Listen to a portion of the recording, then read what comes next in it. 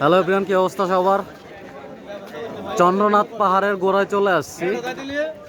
এই যে উপরে দেখতে পাচ্ছেন চন্দ্রনাথ পাহাড়, আর এটা লাঠির দোকান। এখান থেকে আমরা লাঠি নিলাম।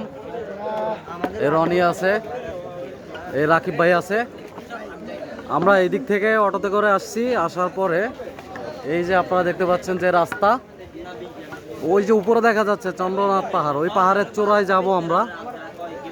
কতক্ষণ সময় লাগে বলা যায় না। এই রাকিব ভাই পুরো ডিজে হয়ে আসছে।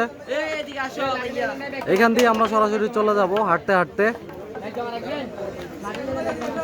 অনেক কষ্ট হবে আমাদের যাইতে, কিন্তু তারপরেও যাইতে হবে।